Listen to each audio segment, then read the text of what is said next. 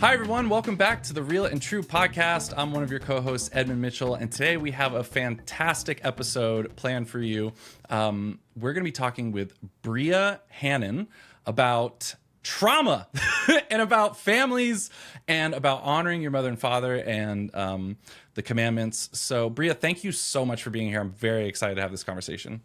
Yeah, thank you so much for having me. I'm honored. So for people who don't know you, which they should, you are a Catholic licensed marriage and family therapist, certified family trauma specialist who owns Hanan Hope and Healing, which is a private practice in Arizona. And Brya does this amazing thing of creating webinars and workbooks to help people befriend their inner child, which we're going to talk about a little bit, and experience holistic healing. You have this practice where you're providing therapy for families and for individuals and striving to create an experience that heals the mind, body, and soul. You're also the author of an amazing book, God Whispered Gently, a children's book that Brya wrote about her own inner child. And then you have this new book that came out recently, Befriending Your Inner Child, a Catholic Approach to Healing and Wholeness. How does that sound? Was that a good bio background on you? Perfect. Sweet.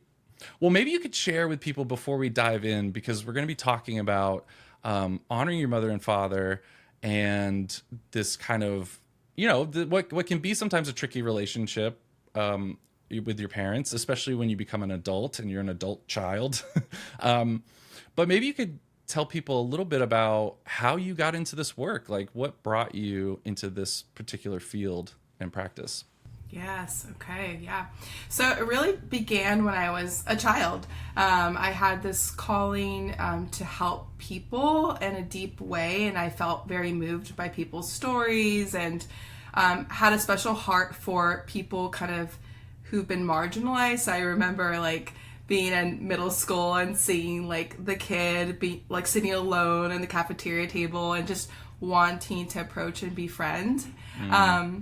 And so I think that that's really where it all began. And then when you start, exploring careers and how do I make a living with that? Sociology, counseling, psychology was kind of the realm that I was exploring. And so I studied sociology in undergrad. And then I started to see I'm becoming more curious about why people do the things that they do and the mind. And also just exploring trauma and family systems. So it kind of led me to grad school where I studied counseling psychology and started to pursue a license in marriage and family therapy because that seemed like the best kind of place to study that and explore that more. But it was really through my own personal experience, I think being in therapy and trying to heal my own wounds, that really brought more of a passion for this work, because the more I dived deeper and saw how when we become more integrated and incorporate psychology or just the mind, the body into our healing, it becomes so much more comprehensive and holistic, and it brings just so much more for people. And so kind of a little bit to add to that, I was also really practicing my faith during the time when I was in graduate school, but struggling with why is it not enough to bring the whole healing? Why do I still feel sad or depressed, or what's this thing going on over here with my relationships, and why are these patterns still happening? So it couldn't always bring me a solution or a why. And so then I just internalized that as something must be wrong with me then. Something is just too broken within me. So I think that's an important piece to add to all of this. I think it was my faith and recognizing also that there are some things that psychology can kind of help fill in that gap. So people who are listening to this are trying to teach the faith and the commandments, and then there's this reality of the practical experience, or the real lived experience of being in relationship with your parents or your children. And I love that intersection there. But one other thing I'm thinking about too, that's it has pros and cons, is it seems like, and I'd love to get your opinion and perspective on this, it seems like therapy, in particular the word trauma, is getting more and more popular.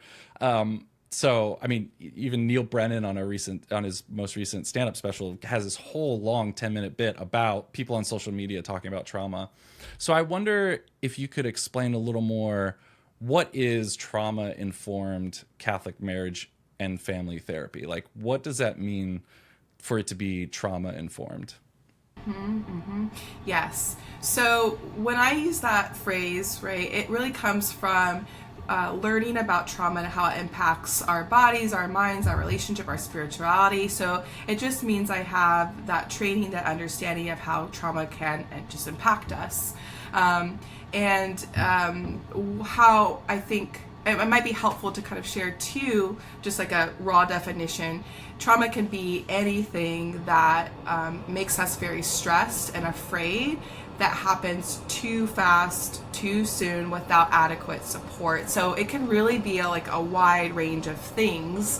And for the first time, right, like in the last, I'd say 20 years, we have this language, and then more recently people are talking about it more and more. So I think you're hearing people like going, oh, maybe I'm not crazy, or all of this stuff that I'm feeling in my body or the way that my mind thinks is because of this big T word, trauma. And so it can be hard to, I think, to for some people to maybe hear that word, because it's starting to water down a little bit. And it seems like almost everything then can be trauma. And in some definitions, yeah.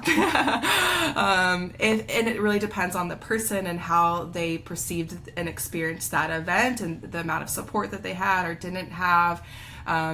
So yeah, hopefully that helps too. The listeners get a little bit like more ambivalent of like, oh great, here we go, the trauma specialist. Yeah, for sure.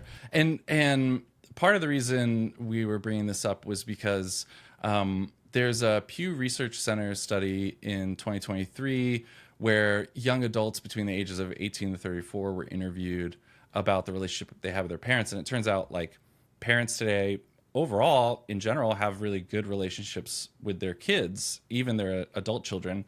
But it's interesting that in another study, almost 1/4 of young adults are estranged from their parents, or like cut off their parents in some way.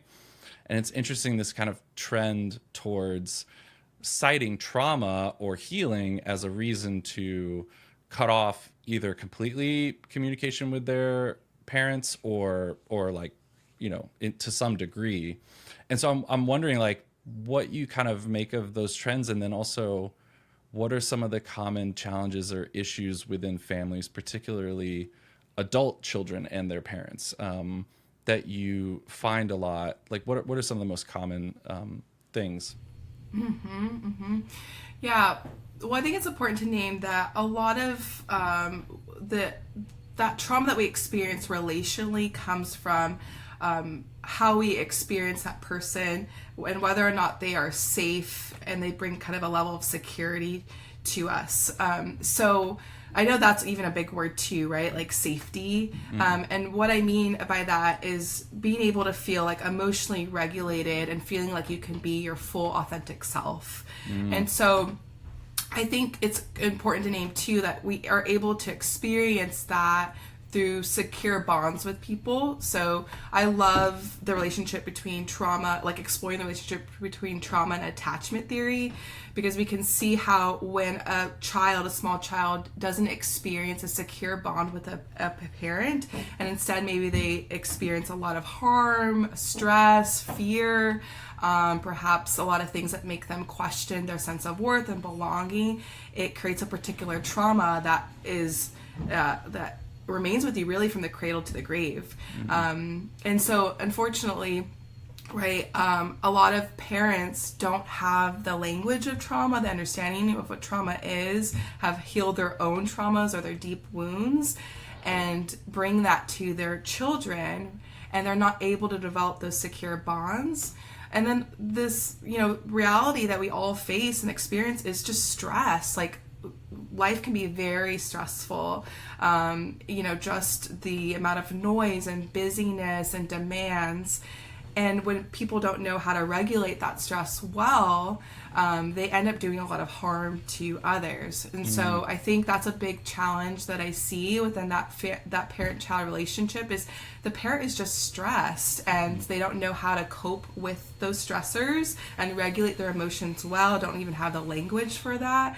And then they end up kind of reacting from that in a way that's very harmful, and then that can create a particular trauma, right? Or the stress response that now harms that attachment or that bond with the parent and child. I wonder, how you would set up this commandment, honor your father and mother for, like if you were walking into an RCIA class or a class with young adults or adults, and this commandment is, honor your father and mother. How do you kind of strike that balance between, we're called by God to honor our parents, but then we also have the reality of these like sometimes difficult relationships or difficult personalities.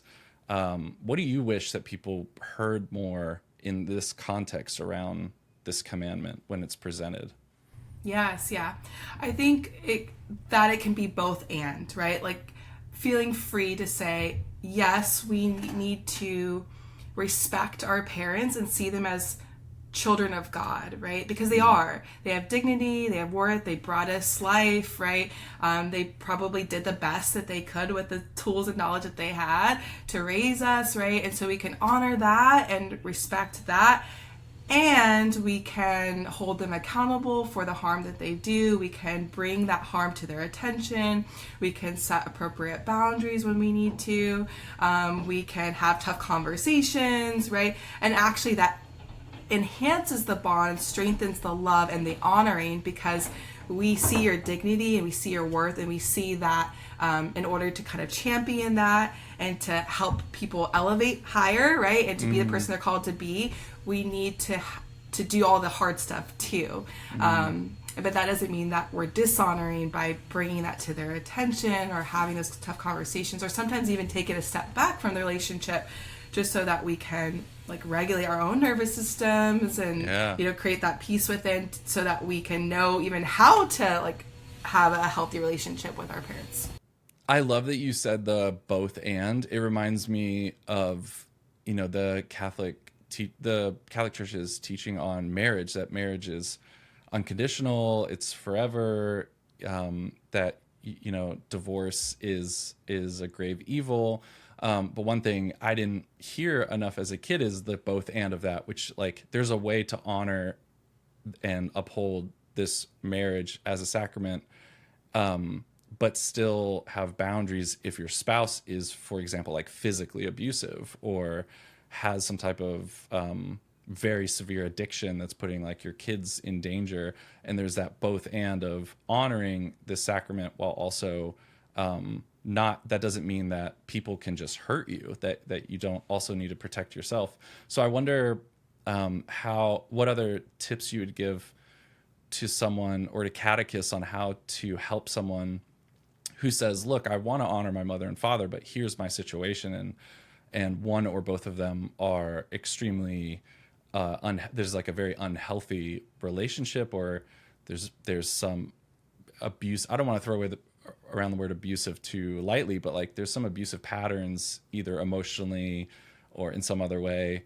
And I don't know how to honor my mother and father while also protecting myself. So I just wonder what other practical advice you would give. Yeah, I think it's good to point people back to, healing, what they could do to heal and support that. So I think, therapy is a great way to kind of heal and work through that. And then also just prayer and listening to the voice of the Holy Spirit, because just like personally, there are many times where I've said, like, I don't want to talk to a particular parent ever again, and I don't want any relationship, and struggled with, like, am I honoring or not? Is this disobeying God's command? But if I listen to that voice of the Holy Spirit and really deepen my prayer life and just bring this before God over and over and over again, I often hear what I'm supposed to do, and my job is just to follow that, and the Lord provides that grace to follow that. So even when like parts of myself feel like, no, he does not deserve it or whatever it is, the Lord provides that grace. So I would just say, like, just, being able to point people to, like, hearing that and expressing compassion and saying, it sounds like you might need to really heal this. And here are some great resources. There's some therapists that might help. Even maybe bring it to a spiritual director who is a little bit more trauma informed or just has a background in understanding family systems, or counseling could be really helpful. And then, just reminding them to bring it to prayer. Yeah. What advice would you give catechists or pastors or ministers to help them differentiate between something that just sounds like, hey, this is just kind of common, normal family challenges, and something that is a little more serious and could require therapy? Especially, many people don't. I mean, their experience is maybe what they know about their experience with their parents, and maybe one or two other friends. So how do you help people differentiate between, hey, it sounds like this is just some challenging personalities, versus like, hey, either you or your parents or someone in this system, this is something a little more serious that you would really benefit from something like therapy.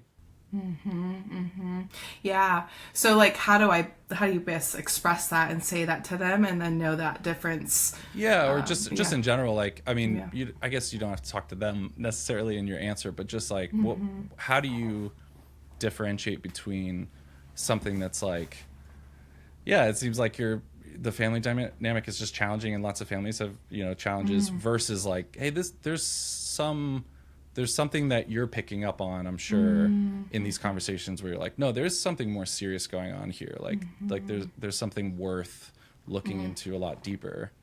Yeah.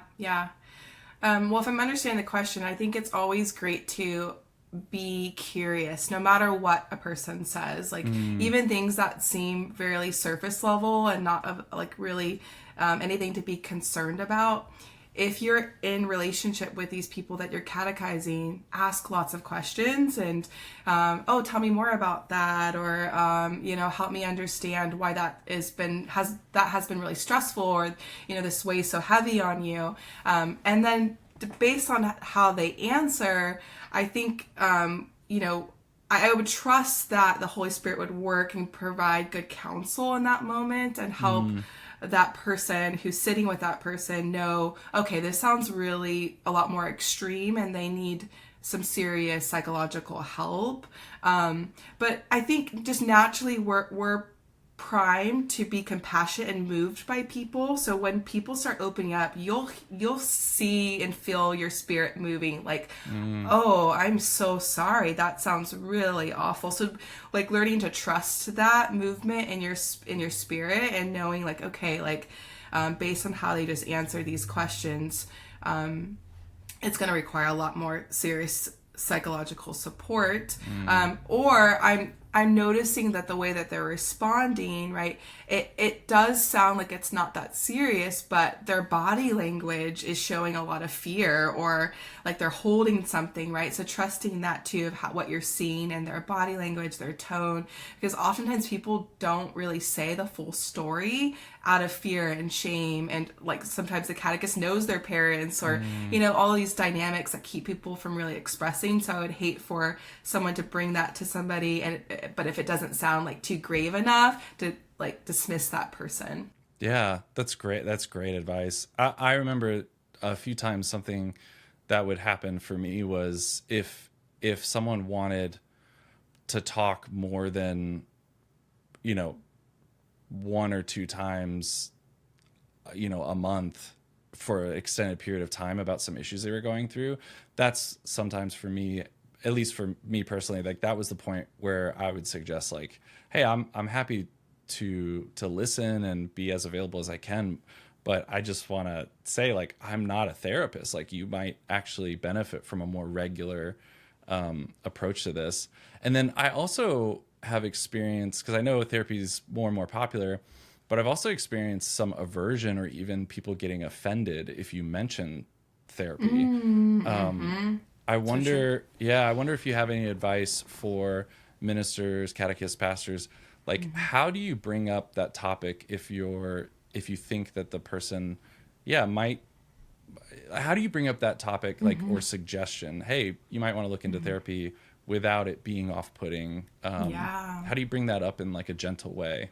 Well, I normally don't suggest saying like you need psychological support You need therapy. help. Yeah, you need deep help. I think just saying like, wow, that's not okay. That sounds really unhealthy and it sounds like it's really hurting you. It is enough for people to go like, oh, like that's validated. Like, oh, I'm not crazy. Oh, maybe I do. There is a reason why I'm kind of holding back a little bit or need Yeah. space for my parents, and that's okay. Like, just simply validating them will kind of prompt, I think, for people like to get more help. And then you can just say it might be really beneficial to seek more professional support, or say like, share your own experience. I think people really respond well to that. Yeah. Oh, I was working with a spiritual director, I read this book, or I saw this therapist and she really helped me with X, right? I wonder if that would be something that would be useful for you too to explore, right? You're kind of saying it more with curiosity, wonder, and then using kind of your own experience too to be a bridge to help someone to consider seeking support rather than being very direct. Because people, I think you're absolutely right, people start to feel shame or they feel offended. So you want to just join in with them as much as you can to eliminate that. Man, I love that answer. That's great. I love that phrase of like, I wonder if you've thought about this, or I wonder if this is something that might be helpful. What do you wish, after hearing a lot of these different situations people have been in and what has gone poorly, but also maybe some things that have gone well, and just from your own experience, like how do you wish more parents, what could parents do to set their kids up to have a healthier concept of this commandment and honoring your mother and father? Like, is there advice you have for parents who might be listening to this who are thinking, I want my kids to honor their parents and grow in their relationship to God through this experience of honoring the authority God has given me as your parent, but also like setting up these healthy boundaries? Like, what are ways that parents can,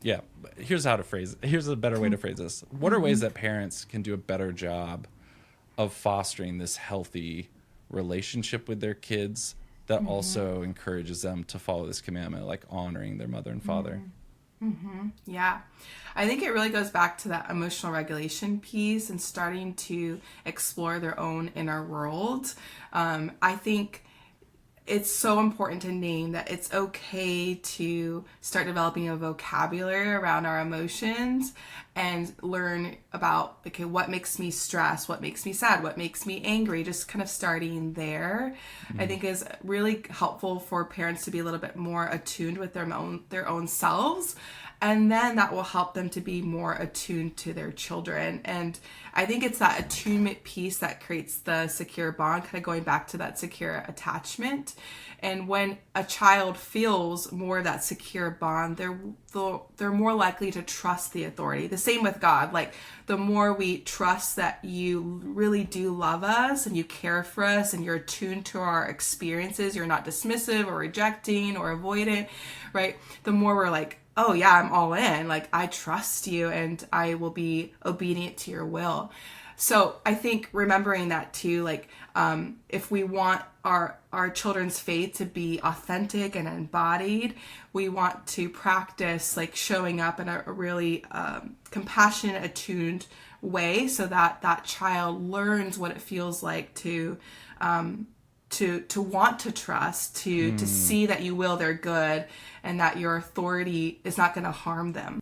Yeah. Wow. That's great advice. I would really encourage people like to re-listen to that answer and think about like ways that you can do that, because that kind of helps the relationship not seem so.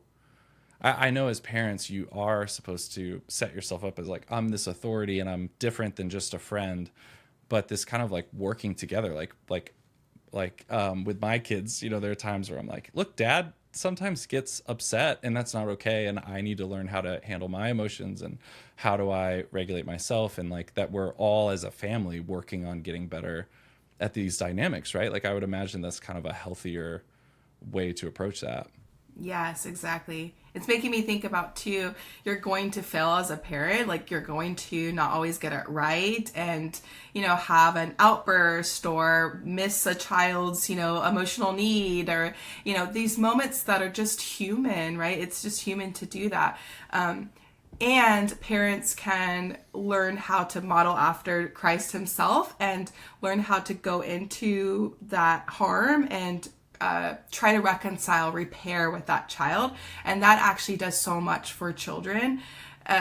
Children don't need a perfect parent. They need a humble parent, a parent who's willing to admit when they're wrong or they made a mistake and seek, reconciliation. And that teaches the child like, oh, I am worthy, I am good, I am loved, that my parent was willing to kind of swallow their pride and see that I'm hurting or that they missed an opportunity and then reconnect with me.